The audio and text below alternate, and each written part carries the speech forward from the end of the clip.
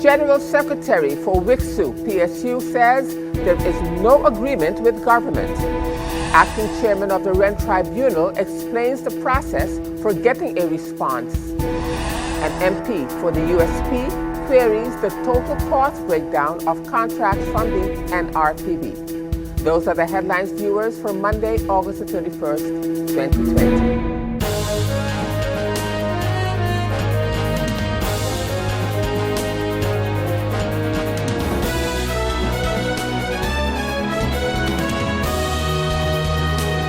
Good evening, viewers. This is SXM Daily News. I am Valerie Van Putten.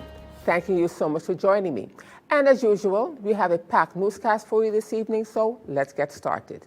In our first story for this evening, Member of Parliament for the U.S. Party, the Honorable Claudius Van Camper, speaking at the reconvened Parliament meeting on August the 27th regarding the NRPB contracts bid, the MP wanted to know, among others, how much is the total cost breakdown of the recent assignment that have been granted in consultancy fees for the technical assignment for the 4 shelters, the remaining 9 shelters, and the 7 schools to be built. How much is the total cost breakdown of the recent assignment that has been granted in consultancy fees for the technical assignment for the 4 shelters, the remaining 9 shelters, the 7 schools to be built, and now the remaining 12 schools and the fire and ambulance department? Which consultant is doing all of these works?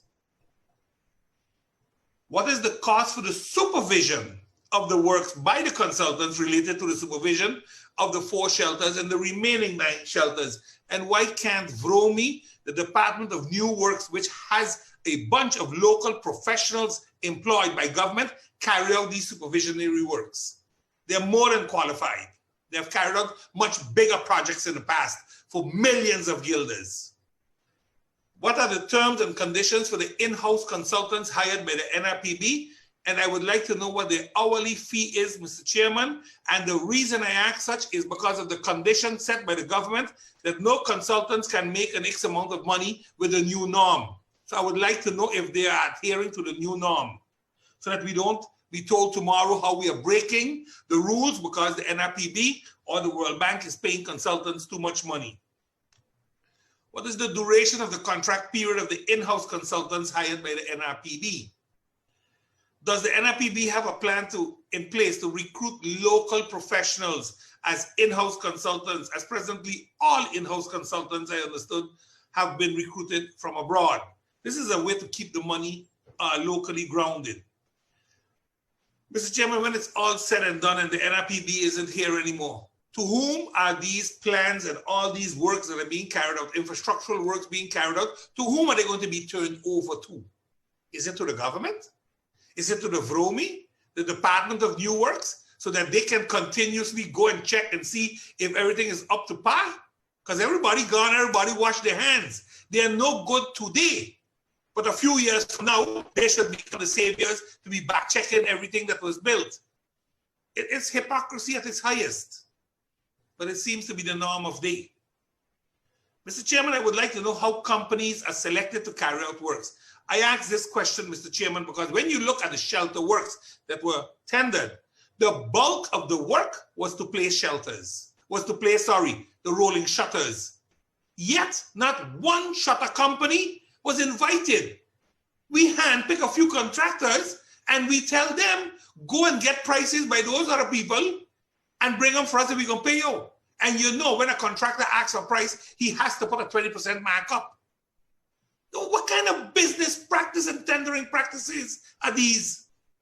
This is not normal, what's happening here. Mr. Chairman, I would also like to know who determines how contractors can participate in a bid, because I heard the director of the NRPB say about criteria this and criteria that. Well, Mr. Chairman, how in God's name is it that a company like Van Boekel, who's building in Dutch Quarter for the EU, when you have Drive Tech that built a police station, aluminium systems that did there by the police station, Designer Choice that did for Prince William Alexander, Baton Bow, Collaborative, why these people can't meet the criteria? They worked for government on projects that were worth millions and they worked well. Who is there in NRPB or the World Bank stating that these people are no good. And in COVID-related news at this time, as of August the 30th, St. Martin has confirmed 3 new cases of persons who have tested positive for the coronavirus COVID-19. The new total of positive cases now stand at 463, 463. The number of people recovered since the first case surfaced on St. Martin remains at 179. Minister of Health, RIhanna, advises all to remain persistent with practicing the guidelines implemented to reduce the spike.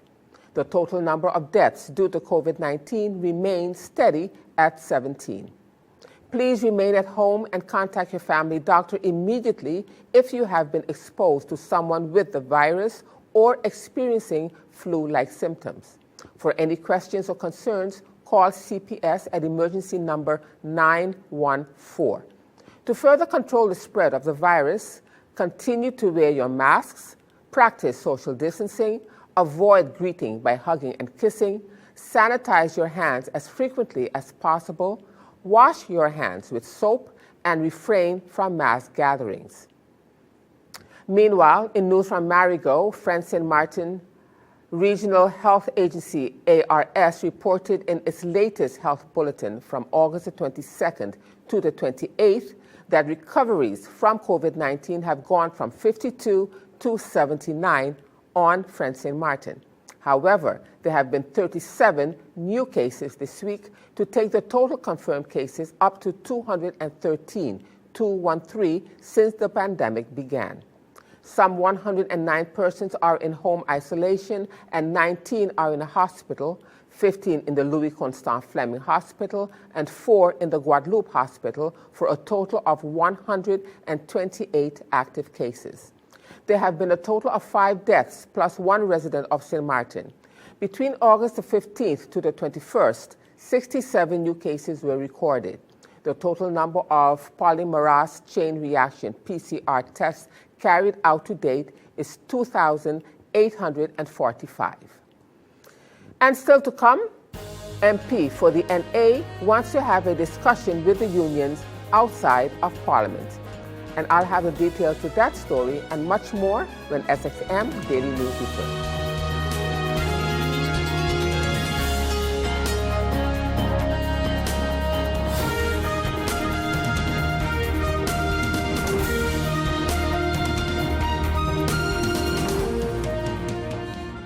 GEBE has been faithfully serving the communities of St. Martin, powering your home and our economy.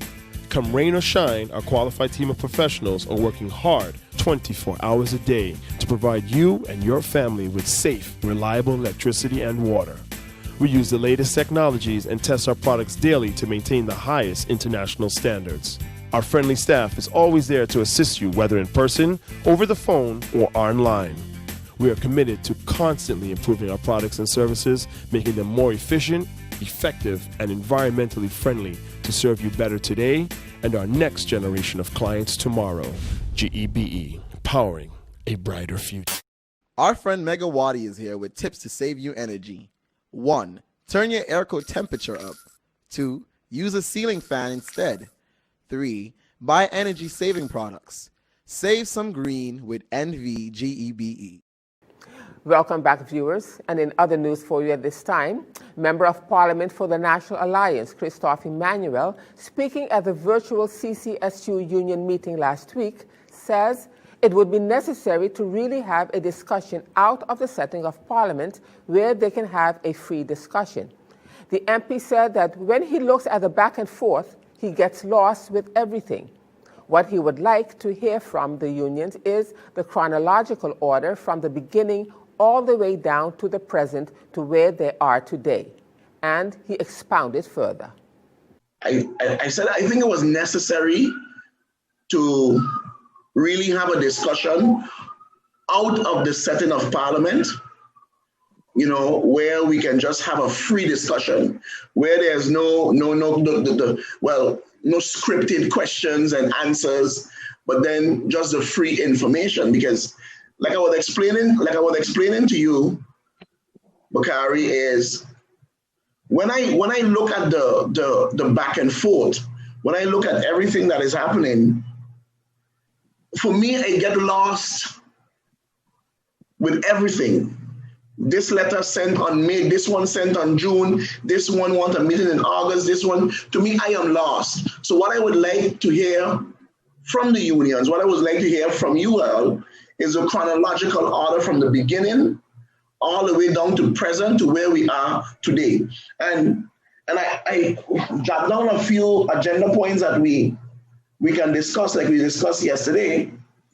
And I don't know if I still have my book here. So we're talking about status of the workers in St. Martin, the entity, cost-cutting measures, the audit chamber letter, and solutions. How are we going to move forward with everything that's here? But I think first and foremost, concerning, from since the beginning when it all started, Claire, Jasrun, Bakari, and the interaction with the unions, because I remember from the beginning, from the onset, I told the minister, I asked the minister, have you had a discussion with the unions? Meanwhile, President of the YCLU, Claire Elshot, responded to the question that MP Emmanuel posed. President of the Windward Island Chamber of Labor Unions, all the presidents of the unions met, and we drafted, after analyzing this health pandemic that they called at that time, new for everyone, COVID-19, we quickly realized that this would have a ripple effect.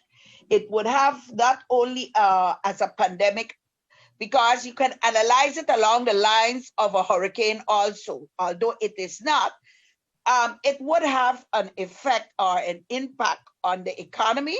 It would have an impact on your social fabric, and it would have an impact on the workers.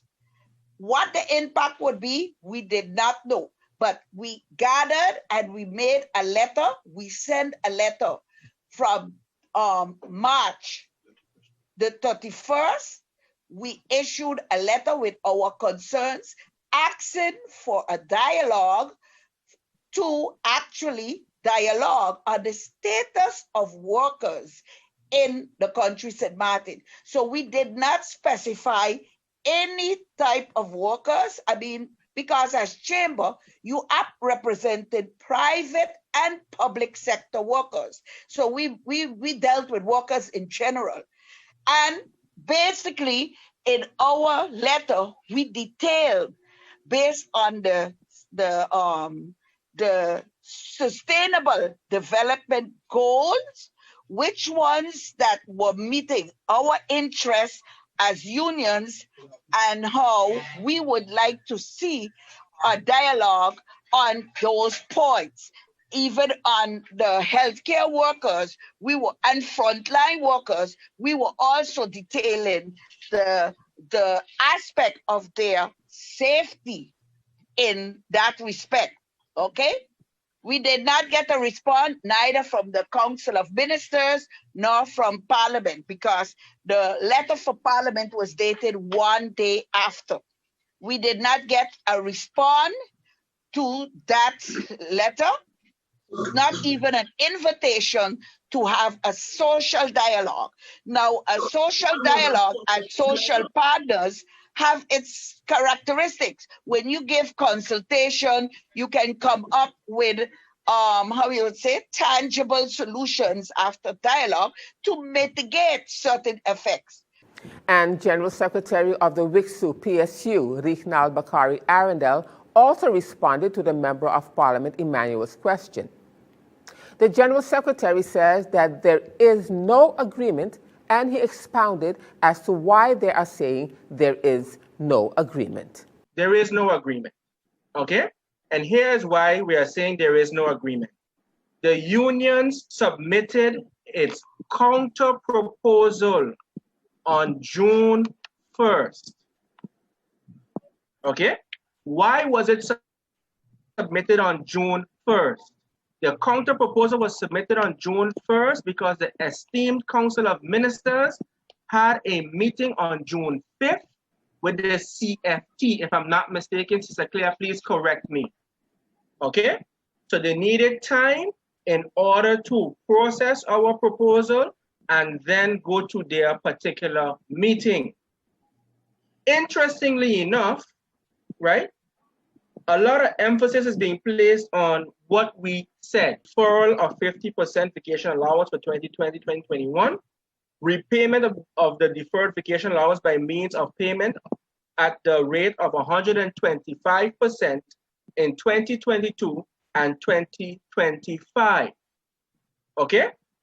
Now, we also said we want a proposal in an LBHAM because it would have given us that type of security that it would have been honored. And we also asked that persons that retire, leave the public sector, or if a civil servant were to pass away, that their family member would have a claim to their particular vacation allowance. Interestingly enough, and I will say interestingly enough, I have not heard in the halls of parliament as to the response the unions received to its letter. Okay? And if you would permit me, right? Permit me to read the letter, okay, from the Honorable Government of St. Martin. Here you have the official stamp and the signature, okay? And it goes as follows. Dear sirs and dear madam and sirs, with reference to your proposal, as indicated in the letter dated June 1st, 2020, I hereby inform you that the conditions as imposed on us by the Netherlands includes a reduction of 12.5% on the total package of employment benefits, in brackets, remuneration and emoluments. So that's just the benefits there. And is applicable as of July 1st, 2020 until further notice. Now, I want to pause here because this term, until further notice, has received so many different interpretations from since May until now. And I'll come back to that. Indexation is not applied either, also until further notice. Now, here it comes. Although I understand your efforts to serve the interests of your members, your proposal, as stated, will not meet the conditions.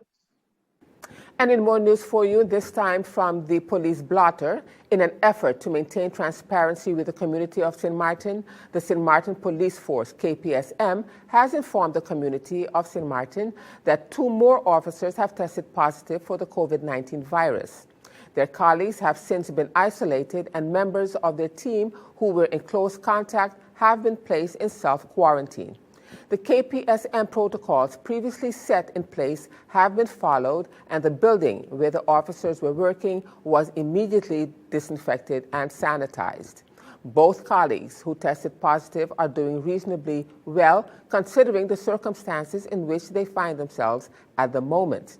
The colleagues who were in close contact with the 2 officers who tested positive were promptly informed and swiftly quarantined according to the CPS protocols. They have been asked to monitor themselves for the upcoming 2 weeks and call CPS should any symptoms develop. The police officer who previously tested positive on August 17, 2020, is still currently in final isolation stages. The officer who worked closely with him, who were also quarantined according to the CPS protocols, and fortunately are not showing any symptoms and will be back at work shortly. The health of KPSM staff is the #1 priority, as we need to be in good health to continue to serve the community. The management of the KPSM would like to reiterate to the general public that it is imperative that they continue to be vigilant. No one is immune from contracting the virus. Please adhere to the social distancing measures set in place. Your health, as well as the health of others around you, are at stake.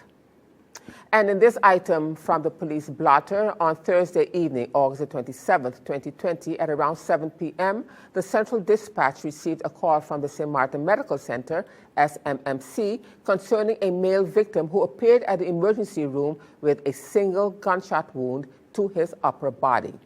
The victim was immediately rushed into surgery. The gunshot wound was serious but not life-threatening. Once the victim regained consciousness, the detectives attempted to gain a bit of clarity about what took place prior to the victim showing up at the medical center. The victim declined to give a statement. The detective department is currently still investigating as to what transpired. As more information will be provided as it becomes available, we will keep you abreast of this story.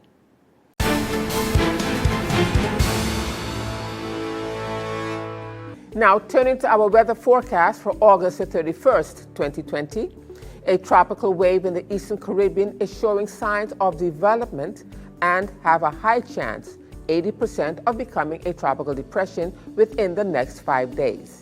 This system does not pose a threat to St. Martin. There is a tropical wave in the Eastern Atlantic and another that is expected to emerge off the coast of Africa within the next few days. Both systems have a low chance, 10 to 30%, of development within the next 5 days. The Meteorological Department of St. Martin will continue to monitor these systems and update the public accordingly. So the outlook through Wednesday midday, partly cloudy to cloudy and breezy with isolated showers. Now let's turn to your 3-day forecast.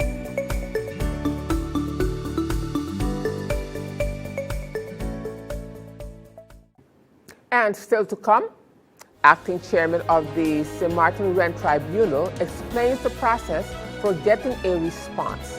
And we'll have the details of that story and more when SXM Daily News returns.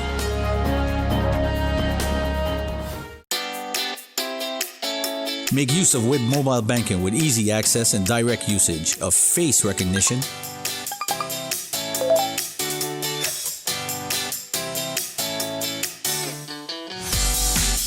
PIN code,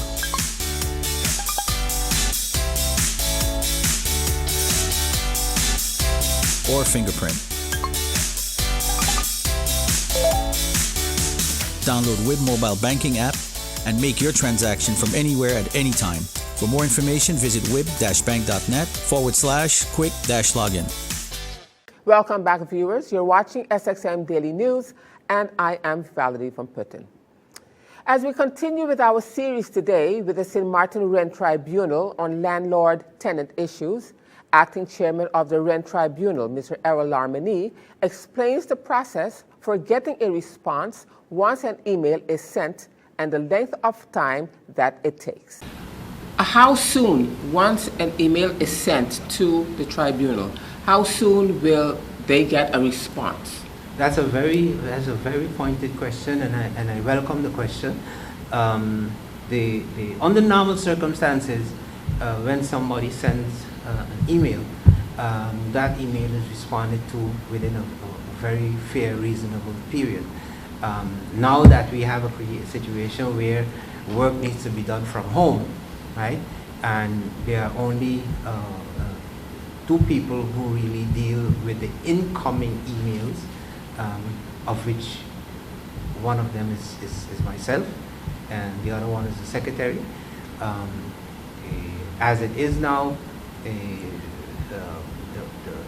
myself as well as the secretary are facing health issues where we cannot respond to emails as readily as we would like to. So what happens, you will have a wait period, and sometimes it takes a little longer than satisfactory for those emails to be responded to. If there's a real urgency situation and the people call, then and they explain what the situation is, we can say, okay, let me take a look at the email. Sometimes, and I'm pretty sure Mr. Jacobs is going to attend to the type of cases that are presented to us.